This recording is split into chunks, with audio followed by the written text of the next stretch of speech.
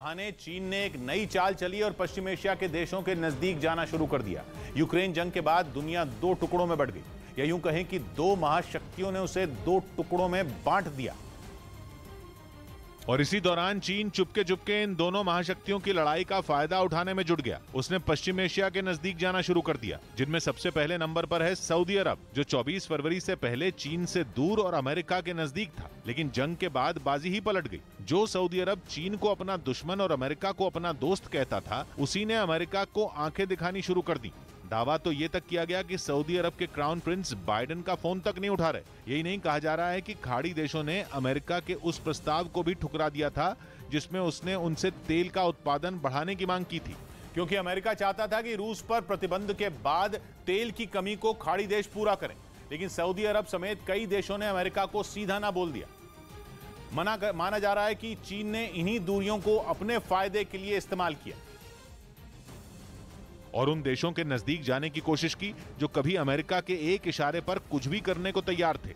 पश्चिम Asia के देशों और चीन के बीच इस अनकही दोस्ती की एक झलक 26 फरवरी को यूएनएससी में हुई वोटिंग के दौरान भी दिखी थी। उस दिन यूएन सुरक्षा परिषद में रूस के खिलाफ प्रस्ताव आया था और कहा गया था कि रूस यूक्रेन पर हमले तुरंत रोक दे, लेकिन चीन और यूएई दोनों इस वोटिंग से दूर रहे। मतलब दोनों ने प्रस्ताव के पक्ष में वोट नहीं डाला और रूस का साथ दिया। चीन और रूस की दोस्ती दुनिया के सामने आ चुकी है। ये भी साबित हो चुका है कि चीन और अमेरिका के बीच 36 का आंकड़ा है। कहा जा रहा है कि चीन अमेरिका के साथ इस दुश्मनी को एक नए पड़ाव पर ले जाने के चक्कर में है, जिसके लिए वो उन देशों के करीब जा रहा है जो यूक्रेन जंग के बाद अमेरिका से दूर हुए। एक रिपोर्ट में दावा किया गया कि पश्चिम एशिया के देशों को ऐसा लगना शुरू हो गया है कि ये इलाका अमेरिका की प्राथमिकता नहीं रहा और इसीलिए वो भी चीन और रूस की तरफ झुके।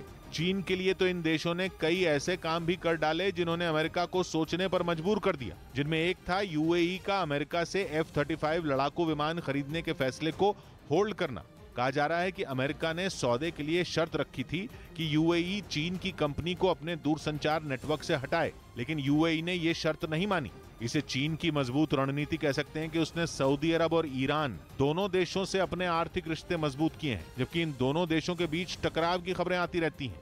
यही नहीं, कहा तो ये भी जा रहा है कि पश्चिम एशिया में चीन और रूस ने मिलकर अपनी एक अलग जगह बना ली है। एक ओर ये दोनों देश खुलकर ईरान, सीरिया और इराक का समर्थन कर रहे हैं, तो वहीं दूसरी ओर यूएई से दोस्ती बढ़ा रहे हैं। पाकिस्तान के social media star Humaira Asghar ने टिकटॉक पर अपना एक वीडियो शेयर किया, जिसके बाद वहां हंगामा खड़ा हो गया।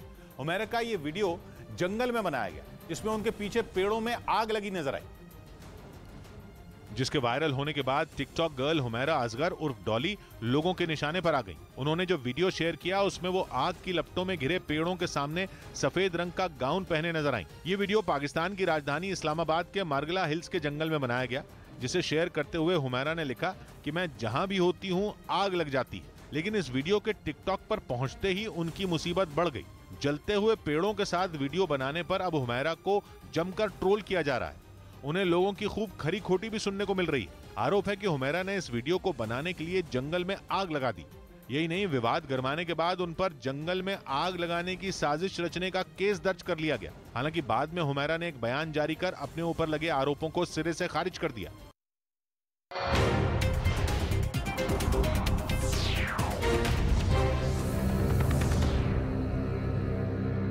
अमेरिका ने 24 फरवरी के बाद कहां और कितना पैसा खर्च किया। कहा जा रहा है कि ताइवान ने ये सारा हिसाब किताब इसलिए रखा क्योंकि उसे डर है कि चीन कभी भी उस पर हमला कर सकता है। ताइवान न्यूज ने अपनी रिपोर्ट में कहा कि अमेरिका के लोग युद्ध के हिस्सेदार बनते बनते थक चुके हैं, क्योंकि पिछले 20 साल में अमेरिका कई देशों में हुई जंग का हिस्सा रहा है और यूक्रेन जंग को तो उसने अपनी अना का मसला बना लिया। इसकी वजह से बाइडेन यूक्रेन को एक के बाद एक कई आर्थिक पैकेज दे चुके हैं। ताइवान का कहना है कि बाइडेन को उनके अपने देश के लोग ही नहीं रोक रहे और वो बिना किसी रोक टोक के मनमानी कर रहे हैं। ताइवान को इस बात की भी तकलीफ है कि यूक्रेन के मुद्दे पर बाइडेन के विरोधी भी उन्हें कुछ नहीं कह रहे। ताइवान न्यूज ने लिखा कि अमेरिका ने पिछले 20 साल में इराक और अफगानिस्तान समेत कई देशों में अपनी सेना भेजी, वहां खूब खर्च किया, जिसका नतीजा ये हुआ कि अमेरिका के लोग दूसरे देशों में होने वाली जंग का हिस्सा बनते बनते परेशान हो गए। लेकिन पहले ट्रंप और फिर बाइडेन दोनों ने इस पर लगाम नहीं लगाई। यूक्रेन जंग में तो बाइडेन ने सारी हदें ही पार कर दी। उन्होंने न केवल पैसे खर्च किए बल्कि यूक्रेन में हथियारों की खेप पर खेप भेजी, जिससे ताइवान का दिमाग चकरा गया और उसे लगने लगा कि अमेरिका के पास अब दूसरे देशों की मदद के लिए हथियार ही नहीं बचे। अमेरिका ने यूक्रेन को अब तक 260 करोड़ डॉलर मतलब भारतीय रुपयों में करीब 20,000 करोड़ की मदद दी है। वहीं अफगानिस्तान के पंशीर प्रांत में जारी जंग में तालिबान के कई लड़ाके ढेर हो गए, जिसका वीडियो भी सामने आया। यह लड़ाई तालिबानी लड़ाकों और एनआरएफ यानी नेशनल रेजिस्टेंस फ्रंट के बीच करीब एक हफ्ता पहले शुरू हुई थी, उसी इलाके पंशीर में जहां पिछले साल अफगानिस्तान में सरकार बनाने के बाद तालिबान को कब्जा जमाने में सबसे ज्यादा वक्त लगा था। और अब वहां जब जंग शुरू हुई तो उसमें तालिबान के कई लड़ाके हमेशा के लिए गहरी नींद में सो गए। जो वीडियो सामने आया उसमें दिखा कि पंशीर को आजाद कराने में जुटे एनआरएफ ने तालिबानी लड़ाकों को चारों तरफ से घेर लिया। जब वो अपनी हरकतों से बाज आते नहीं दिखे तो उन पर गोलियों की बरसात की गई। चारों तरफ से पहाड़ों से घिरे उस इलाके में कुछ ही देर में जंग इतनी भीषण हो गई कि वो पूरा इलाका गोलियों की तड़तड़ाहट से गूंज उठा। बताया गया कि तालिबान ने भी इस बात की पुष्टि की कि इस जंग में उसका एक कमांडर और कुछ लड़ाके मारे गए। उधर अपने पड़ोस में पैर पसारते नेटो की काट निकालने के लिए पुतिन ने अपने साथी देशों के मिलिट्री अलायंस CSTO यानी कलेक्टिव सिक्योरिटी ट्रीटी ऑर्गेनाइजेशन का सम्मेलन बुलाया और अमेरिका और नेटो पर बरस पड़े। स्वीडन और फिनलैंड जैसे रूस के पड़ोसियों ने भी नेटो के सदस्य बनने का ऐलान कर दिया है, जिसके बाद से ही रूस आग बबूला है और वो बार बार दोनों देशों को धमकी दे रहा है। यहां तक कि रूस उन्हें अपने परमाणु हथियारों का डर भी दिखा चुका है।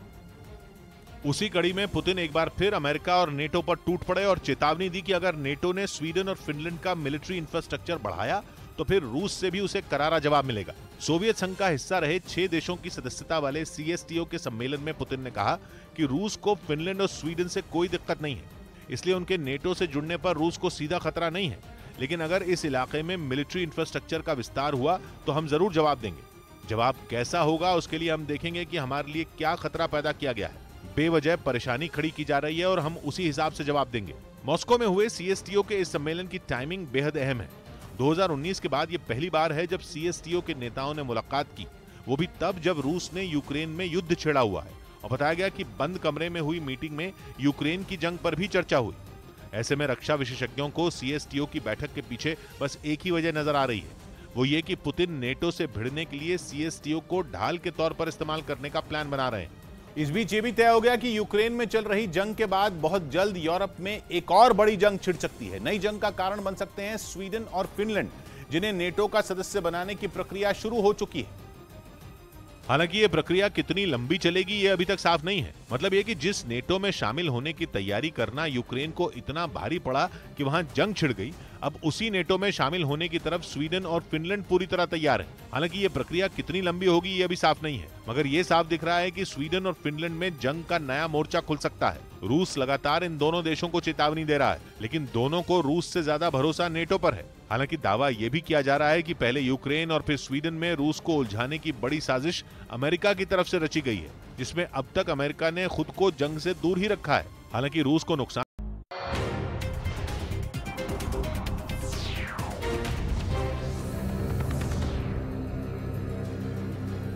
रूस यूक्रेन जंग को कुछ दिन बाद 3 महीने होने वाले हैं। रूसी सेना यूक्रेन के अलग अलग शहरों में लगातार बमबारी कर रही है। वहीं यूक्रेन भी जबरदस्त पलटवार कर रहा है। पूर्वी यूक्रेन में सेना ने लड़ते हुए एक बख्तबंद गाड़ी को हमले में तबाह कर दिया है।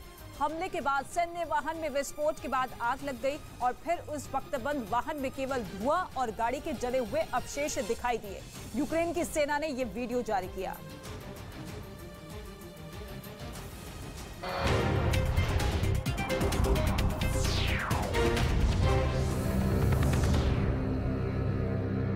पड़ेगा, जंग का खर्च भी उठाना पड़ेगा और उसके नतीजे भी भुगतने पड़ेंगे। दावा यह किया जा रहा है कि रूस को उलझाने और उसकी अर्थव्यवस्था को कमजोर करने के लिए यह अमेरिका की साजिश हो सकती है। और अगर ऐसा है तो इसका सीधा मतलब यह हुआ कि पहले यूक्रेन को बलि का बकरा बनाया गया और अब महाशक्तियों के टकराव में स्वीडन और फिनलैंड भी पिस सकते हैं। सीरिया में नरसंहार का 9 साल पुराना एक वीडियो सामने आया जिसमें कई लोगों को एक साथ गोली मार दी गई थी। इस नरसंहार का आरोप वहां की बशर अल असद की सरकार पर लगा। दावा किया गया कि सीरिया की सरकार ने गृह युद्ध के दौरान विद्रोह को दबाने के लिए ये हत्याएं करवाई थी, जिसका वीडियो 9 साल बाद अब सामने आया। बताया गया कि राजधानी दमिश्क में हुए नरसंहार का यह वीडियो 16 अप्रैल 2013 का है। आरोप है कि सीरिया की सरकार ने विद्रोही गुटों को कुचलने के लिए हत्याएं करवाई थी। जो वीडियो सामने आया उसमें 2 इमारतों के बीच एक बड़ा गड्ढा दिखाई दिया जिसमें कई लोगों के शव पड़े थे। इस दौरान वहां सीरिया की सेना का एक जवान एक आदमी को उस गड्ढे की तरफ ले जाता दिखा। उस आदमी की आंखों पर पट्टी बंधी थी, उसके हाथ भी बांध दिए गए थे। गड्ढे के पास पहुंचते ही सैनिक ने उसे धक्का दे दिया जिससे वो उसमें गिर पड़ा। इसी तरह एक दूसरे आदमी को भी वहां लाया गया और उसे भी गड्ढे में धकेल दिया गया। इसके बाद वहां मौजूद एक सैनिक ने उन पर गोलियां चलानी शुरू कर दी। दावा किया गया कि इस नरसंहार में 41 लोगों को मार दिया गया था। यह भी दावा है कि बशर अल असद की सरकार ने हिंसक विद्रोह को दबाने के लिए वहां इस तरह कई नरसंहार करवाए थे। उधर इजराइल के यरूशलेम में एक फिलिस्तीनी के अंतिम संस्कार के दौरान हिंसा भड़क गई। बताया गया कि पिछले महीने इजराइल पुलिस के साथ हुई झड़प में गंभीर रूप से घायल इस शख्स की 2 दिन पहले मौत हो गई, जिसके अंतिम संस्कार में बड़ी संख्या में इकट्ठा हुए फिलिस्तीनियों की इजराइल पुलिस के साथ झड़प हो गई। बवाल बढ़ता देख पुलिस ने तेज रोशनी के साथ आवाज करने वाले स्टन ग्रेनेड और रबर की गोलियां दागनी शुरू कर दी। इसके बाद तो मानो पूरा इलाका जंग के मैदान में तब्दील हो गया और काफी देर तक वहां फायरिंग की आवाज गूंजती रही।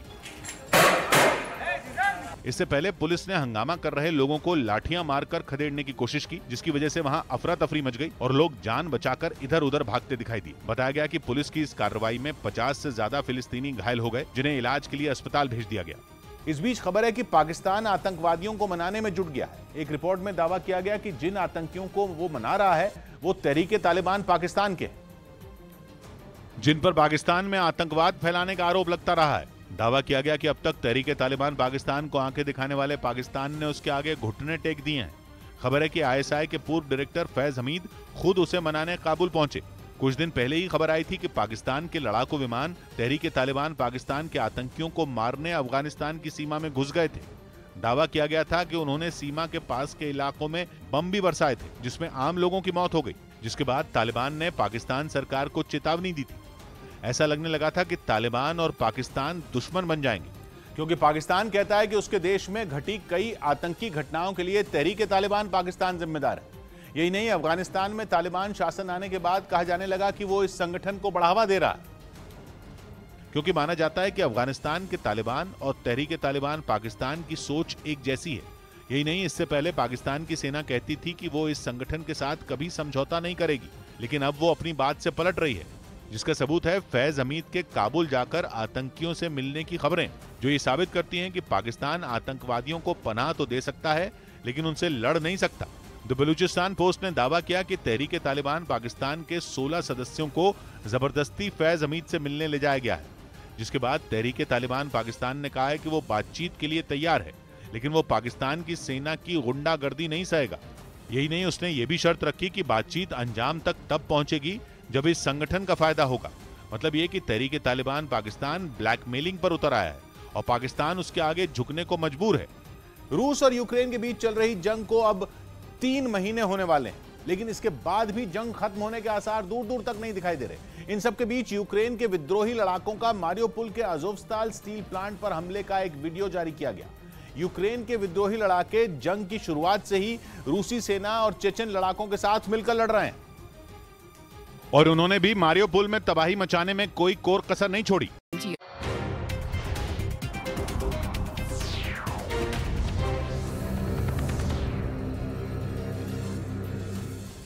और इस बीच जंग के 2.5 महीने से ज्यादा बीत जाने के बाद रूस ने अब अपने एक और बेहद आधुनिक हथियार को मैदान में उतार दिया है। रूस के मुताबिक उसकी सेना पिछले कुछ दिनों से युद्ध में लेजर हथियार का इस्तेमाल कर रही है। साथ ही रूस ने एक और खतरनाक लेजर वेपन के सफल परीक्षण का भी दावा किया, जो ड्रोन और सैटेलाइट दोनों के लिए एक बड़ा खतरा बताया गया। रूस के डिप्टी पीएम ने नई पीढ़ी के इस खास हथियार की जानकारी दी और दावा किया कि यह हवा में उड़ते ड्रोन को पल भर में राख कर सकता है। यही नहीं, इस लेजर हथियार की मदद से धरती के ऊपर तैनात सैटेलाइट को भी आसानी से बर्बाद किया जा सकता है। रूस के इस लेजर वेपन का सामने आया एक वीडियो ये दिखाता है कि अब तक इसे पूरी दुनिया की नजरों से कैसे छिपा कर रखा गया। वीडियो में रूस की कई बख्तरबंद गाड़ियों के काफिले के बीच एक बड़ी सी गाड़ी पर लेजर हथियार का ये सिस्टम लगा दिखाई दिया। इसके बाद एक सुनसान इलाके में पहुंचने के बाद लेजर वेपन को बाहर निकाला गया। और रूस ने दावा ये किया है कि इस हथियार की मदद से उसने एक ड्रोन को आसानी से तबाह कर दिया। हालांकि उसके इस आधुनिक लेजर वेपन के बारे में ज्यादा जानकारी नहीं दी गई। लेकिन रूस ने ये जरूर बता दिया कि जंग में यूक्रेन को कई देशों से मिले घातक ड्रोन का तोड़ उसने निकाल लिया। यानी अमेरिका के दिए स्विच बोर्ड और फिनिक्स घोस्ट ड्रोन का शिकारी पुतिन की सेना के पास आ गया, क्योंकि यूक्रेन के साथ इतनी लंबी खिंच गई जंग में रूस के लिए ड्रोन ही सबसे बड़ी मुसीबत साबित हुए। रूस के टैंकों के परखच्चे उड़ा देने वाले ड्रोन रूसी सेना के लिए किसी सिरदर्द से कम नहीं रहे और अब रूस ऐसे ड्रोन को हवा में जला देने वाले लेजर वेपन को मैदान में उतारने जा रहा है। रूस ने दावा किया है कि परीक्षण के दौरान लेजर हथियार ने बड़ी ही आसानी से एक ड्रोन को हवा में जला दिया। बताया गया कि 5 किलोमीटर दूर से भी लेजर वेपन ने 5 सेकंड में ड्रोन को मार गिराया, जो कि यूक्रेन की सेना के लिए एक बहुत बुरी खबर साबित हो सकती है। इसके साथ ही रूस का ये हथियार धरती के ऊपर तैर रही सैटेलाइट के लिए भी एक बड़ी मुसीबत बन सकता है, क्योंकि रूस ने दावा किया कि लेजर वेपन की मदद से सैटेलाइट को आसानी से बर्बाद किया जा सकता है। यानी रूस की नजर अब उन सैटेलाइट पर भी है जिनके युद्ध में यूक्रेन की मदद करने की बात कई बार सामने आई। ऐसा कहा गया कि कई मौकों पर रूस की सेना की लोकेशन की सटीक जानकारी यूक्रेन को उन्हीं सैटेलाइट के दम पर मिली। रूस के जंगी जहाज मॉस्कोवा के डूबने में भी सैटेलाइट से मदद मिलने की खबरें सामने आई थी और इसके पीछे अमेरिका का हाथ होने का दावा किया गया था। लेकिन अब रूस के इस हथियार से यूक्रेन की मददगार सैटेलाइट पर खतरा मंडराता दिखाई दे रहा है। रूस के मुताबिक जमीन से 1500 किलोमीटर तक की ऊंचाई पर घूम रहे सैटेलाइट को लेजर वेपन आसानी से निशाना बना सकता है और अपनी घातक किरणों का इस्तेमाल करके उन्हें नाकाम कर सकता है।